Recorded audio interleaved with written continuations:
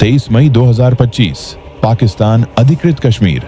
एक आदमी कॉलेज से बाहर निकला, 3 सेकंड बाद वो जमीन पर था। वो प्रिंसिपल था, कागजों पर। असल में बताते हैं कि पुलवामा के मास्टरमाइंड्स में से एक। 6 साल, नई पहचान, नई नौकरी, नया शहर। जबकि उधर भारत में 40 घरों में अब भी वही खालीपन था। फिर एक सुबह मुजफ्फराबाद, 3 गोलियां सीधे सिर में, और किसी ने कुछ नहीं कहा। कोई बयान नहीं, कोई दावा नहीं, बस चुप्पी। वो चुप्पी ही सबको कुछ बता रही थी। अगर आपको लगता है कि हमारे जवानों की शहादत कभी नहीं भूलनी चाहिए, तो इस वीडियो को शेयर कीजिए, क्योंकि याद रखना भी एक जिम्मेदारी है। अगर आपको लगता है कि शहादत का हिसाब होना चाहिए, तो कमेंट। दोस्तों, हमारे चैनल कॉप क्लिप स्टूडियो में आपका स्वागत है। आइए आज इस पूरी कहानी को 2D एनिमेशन के जरिए जानें। 23 मई 2025, पाकिस्तान अधिकृत कश्मीर, शहर मुजफ्फराबाद। सुबह के करीब 9 बजे थे। गोजरा इलाके की एक प्राइवेट कॉलेज की बिल्डिंग के बाहर सब कुछ सामान्य था। चाय की दुकानें खुल रही थीं, छात्र बस्ते लेकर आ जा रहे थे। कॉलेज के दरवाजे से एक अधेड़ उम्र का आदमी बाहर निकला। सफेद शलवार कमीज, चेहरे पर दाढ़ी, हाथ में कुछ कागज। वह टीचर नहीं था। उसका नाम था हमजा बुरहान उर्फ अर्जुमंद गुलजार डार उर्फ डॉक्टर। अलबद्र का कमांडर, भारत सरकार द्वारा घोषित आतंकवादी, और वह दिमाग जिसके बारे में कहा जाता है कि 14 फरवरी 2019 को पुलवामा में 40 से ज्यादा CRPF जवानों को मारने वाले हमले के पीछे था। हमले के बाद वह पाकिस्तान पार कर गया, पहचान बदली, दाढ़ी रखी, एक प्राइवेट कॉलेज में प्रिंसिपल बन गया। मुजफ्फराबाद में वह इत्मीनान से रहता था। उसे लगता था कि वक्त सब भुला देता है। जैसे ही वह उस सुबह दरवाजे से निकला, सड़क के उस पार खड़े कुछ लोग हरकत में आए। 3 गोलियां सीधे सिर में। वह वहीं गिर पड़ा। छात्र भागे। हमलावर मोटरसाइकिल पर निकलने की कोशिश करने लगे, लेकिन एक को पकड़ लिया गया। हथियार बरामद हुआ। अस्पताल में वेंटिलेटर लगा। जिसे डॉक्टर कहलवाना पसंद था, उसे कोई डॉक्टर नहीं बचा सका। वहां की पुलिस समझ नहीं पा रही थी क्या हुआ। पाकिस्तानी एजेंसियों के लिए यह अचानक हुई कोई घटना नहीं थी, यह एक जवाब था। और जब यह खबर भारत पहुंची, तो दिल्ली से पुलवामा तक कुछ देर के लिए सब चुप हो गया। ये कहानी 1999 में पुलवामा के एक घर से शुरू होती है। 2019 में वह खून में डूबी, और 2025 में मुजफ्फराबाद की एक सड़क पर उसका एक अध्याय बंद हुआ। वापस जाना होगा उस लड़के के पास जो एक दिन घर से निकला और कभी नहीं लौटा। पुलवामा, जम्मू कश्मीर। 1999 में यह बस एक कश्मीरी जिला था। सेब के बाग, बर्फ से ढकी पहाड़ियां। इसी जिले के रत्नीपोरा गांव में उस साल एक बच्चे का जन्म हुआ, अर्जुमंद गुलजार डार। बचपन में वह किसी भी दूसरे कश्मीरी बच्चे जैसा था, लेकिन कश्मीर में वर्षों से एक काम चल रहा था। पाकिस्तानी एजेंसियां कश्मीर के युवाओं को निशाना बनाती थीं, उनके दिमाग में नफरत भरती थीं। अर्जुमंद के जहन में भी वही उगा। उसे बताया गया कि भारत दुश्मन है, बंदूक में ताकत है, शहादत में जन्नत है। एक दिन उसने वैध दस्तावेजों पर पाकिस्तान का रास्ता पकड़ लिया। पाकिस्तान में उसने अल-बद्र ज्वाइन किया, वही संगठन जो जम्मू कश्मीर में आतंकी घटनाओं को अंजाम देता है और जिसे ISI की पीठ मिली हुई है। होशियार था, पढ़ा लिखा था, जल्द ही कमांडर बन गया। 14 फरवरी 2019, उस दिन श्रीनगर जम्मू हाईवे पर 78 वाहनों का काफिला था। CRPF के 2547 जवान छुट्टी के बाद ड्यूटी पर लौट रहे थे।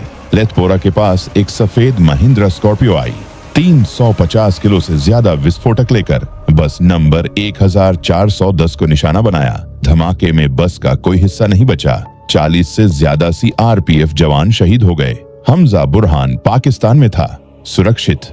अप्रैल 2022 में भारत ने उसे आधिकारिक रूप से आतंकवादी घोषित किया, लेकिन पाकिस्तानी जमीन पर बैठे किसी को भारत के मोस्ट वांटेड से क्या फर्क पड़ता है, तो उसने और गहरा छुपने का फैसला किया। डॉक्टर वाली पहचान छोड़ी, मुजफ्फराबाद के एक प्राइवेट कॉलेज में प्रिंसिपल बन गया। दिन में छात्र, प्रशासनिक काम, लेकिन जानकार बताते हैं कि भर्ती, फंडिंग, नए ऑपरेशन, ये सब जारी रहा। चेहरा बदला था, बाकी सब वही। पुलवामा के बाद भारत ने सिर्फ शोक नहीं मनाया, भारत ने हिसाब रखना शुरू किया। 26 फरवरी 2019 को वायुसेना ने पाकिस्तान की सरहद के अंदर घुसकर बालाकोट पर हमला किया। पूरी दुनिया ने देखा, लेकिन बालाकोट सिर्फ एक शुरुआत थी। उसके बाद खुफिया एजेंसियों ने एक अलग काम शुरू किया।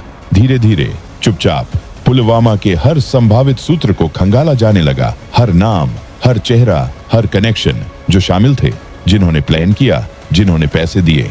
हमजा बुरहान का नाम उस सूची में था। उसे ढूंढना आसान नहीं था, पाकिस्तान अधिकृत कश्मीर में था, बदली हुई पहचान के साथ पाकिस्तानी एजेंसियों की छत्र छाया में। लेकिन कुछ परछाइयां बहुत लंबी होती हैं। वर्षों बाद पता चला कि हमजा गोजरा मुजफ्फराबाद में एक कॉलेज का प्रिंसिपल बन गया था। ये जानकारी कैसे आई? खुफिया दुनिया के रास्ते हमेशा दिखते नहीं। 23 मई 2025 की सुबह किसी ने उसका इंतजार किया, ठीक उस वक्त का जब वह कॉलेज से बाहर निकलेगा। जब वह निकला तो वह इंतजार खत्म हो गया। पाकिस्तानी पुलिस ने जांच शुरू की, एक संदिग्ध पकड़ा, हथियार बरामद हुआ। आगे क्या मिला अभी सार्वजनिक नहीं है। पाकिस्तान हैरान था, ISI हैरान थी। उनके संरक्षण में उनकी जमीन पर उनकी नाक के नीचे एक आतंकवादी कमांडर मारा जा चुका था। ये पहली बार नहीं था। पिछले कुछ वर्षों में पाकिस्तान और पाकिस्तान अधिकृत कश्मीर में कई नामी आतंकवादी अजीब परिस्थितियों में मरे हैं। कभी सड़क हादसे में, कभी अज्ञात बंदूकधारियों के हाथों। कोई कुछ साबित नहीं कर सकता, लेकिन हर बार एक बात कही जाती है, यह नया भारत है। यह वह भारत नहीं जो सिर्फ निंदा प्रस्ताव पास करता था। यह वह भारत नहीं जो संयुक्त राष्ट्र में गुहार लगाकर चुप बैठ जाता था। यह वह भारत है जो हिसाब रखता है और चूकता भी करता है। हमजा के बाद जम्मू कश्मीर में एक खामोशी थी, लेकिन वह खाली नहीं थी। उस खामोशी में पुलवामा के वे परिवार थे जिन्होंने अपने बेटे खोए, वे माताएं जिन्होंने 14 फरवरी के बाद से ठीक से सोना छोड़ दिया था, वे बच्चे जो उस दिन अनाथ हो गए। क्या यह खबर उनका दर्द कम कर सकती है? नहीं। जो जा चुके हैं वे नहीं लौटते, लेकिन यह खबर कम से कम एक बात कहती है कि वे भूले नहीं गए। 14 फरवरी 2019 वैलेंटाइंस डे। लेकिन उस दिन भारत के लिए यह प्यार का दिन नहीं था। श्रीनगर से जम्मू की ओर जाता एक लंबा काफिला, 78 गाड़ियां, 2547 CRPF जवान छुट्टी काटकर वापस ड्यूटी पर जा रहे थे। किसी की मां ने घर का बना खाना पैक किया था, किसी की बीवी ने नई सर्दी का स्वेटर दिया था, किसी के बच्चे ने पापा को जाते वक्त हाथ हिलाया था। लेथपोरा पहुंचते ही सब कुछ बदल गया। एक सफेद SUV सड़क के किनारे से निकली। उसमें 350 किलो से ज्यादा RDX था। उसे एक कश्मीरी युवक आदिल अहमद डार चला रहा था। जैश-ए-मोहम्मद का आत्मघाती हमलावर। CRPF की बस नंबर 1410 के पास पहुंचते ही विस्फोट हुआ। धमाका इतना भयानक था कि बस के टुकड़े आसमान में उड़ गए। सड़क पर गहरा गड्ढा, आसपास के पेड़ जड़ों से उखड़े। 40 से ज्यादा जवान वहीं शहीद हो गए। मेजर विभूति शंकर ढौंडियाल की पत्नी नितिका ने बाद में लिखा, उनके पति उसी रात फोन पर बात करने वाले थे, वह फोन कभी नहीं आया। हरियाणा के नसीब सिंह के पिता ने कहा, बेटे ने जाते वक्त कहा था कि अगली छुट्टी में घर बनाएंगे, वह छुट्टी कभी नहीं आई। और इन सब कहानियों के पीछे कहीं था हमजा बुरहान। भारत सरकार के अनुसार वह इस हमले के मास्टरमाइंड्स में से एक था।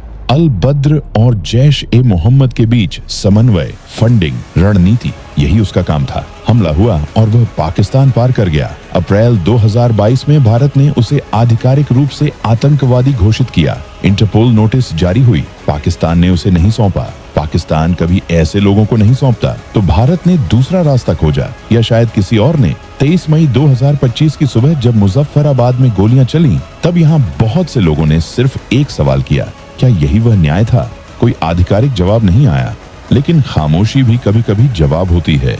उन 40 से ज्यादा शहीदों के परिवारों के लिए यह शायद पहला मौका था जब लगा कि हिसाब होता है, देर से, चुपचाप, लेकिन होता जरूर है। हमजा बुरहान की मौत कोई अकेली घटना नहीं थी। पिछले कुछ सालों में पाकिस्तान और पाकिस्तान अधिकृत कश्मीर में कई आतंकवादियों की मौतें हुई हैं। वे लोग जिन्हें पाकिस्तानी एजेंसियों की पनाह मिली हुई थी। कोई रहस्यमयी सड़क दुर्घटना, कोई अज्ञात बंदूकधारी, कोई घर के बाहर ही हमला। हर बार जांच का नाटक हुआ, हर बार बिना नतीजे के। पाकिस्तान दशकों से यही कहता आया है, उसकी जमीन पर कोई आतंकवादी नहीं। कश्मीर की हिंसा भारत की आंतरिक समस्या है, वह बस कश्मीरियों की आजादी का समर्थक है। लेकिन पाकिस्तान अधिकृत कश्मीर उन लोगों का ठिकाना बन चुका है जो भारत में हमले करके वहां जा छिपते हैं। हमजा बुरहान इसी का उदाहरण था। पुलवामा जैसा हमला करने के बाद वह सरहद पार चला गया। नई पहचान, नई नौकरी, सुरक्षित जिंदगी। इतना बेफिक्र कि एक प्राइवेट कॉलेज का प्रिंसिपल बन गया, खुलेआम।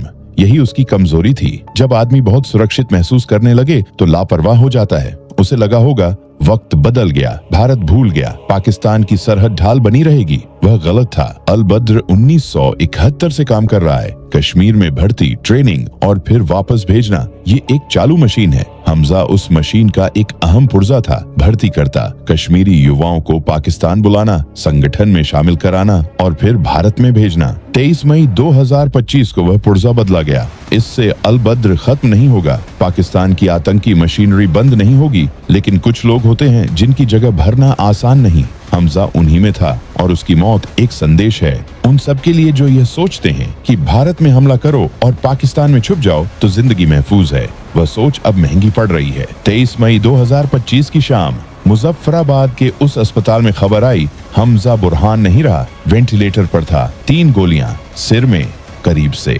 हजारों किलोमीटर दूर जब ये खबर फैली तो लोगों ने पुलवामा याद किया। उन परिवारों की बात हुई जिन्होंने बेटे खोए, पति खोए, पिता खोए। किसी ने कहा देर आए दुरुस्त आए, किसी ने कहा यही असली जवाब है।